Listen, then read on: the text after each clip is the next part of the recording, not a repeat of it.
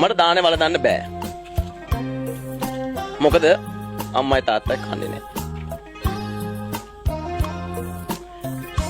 අවුරුදු 6ක් ඉඳලා පැවිදි ජීවිතය ඇති කියලා හිතුණා. ආපහු ගමට දුවගෙන එන්න ඕනේ කියලා හිතුණා. ඇයි? මොකද ඒ කාරණාව හේතුව මොකක්ද? අම්මයි තාත්තා හරි කන්නේ නිසා මට බත් කඩට යන කන් හිතෙන්නේ නැහැ. එන්න ආවා.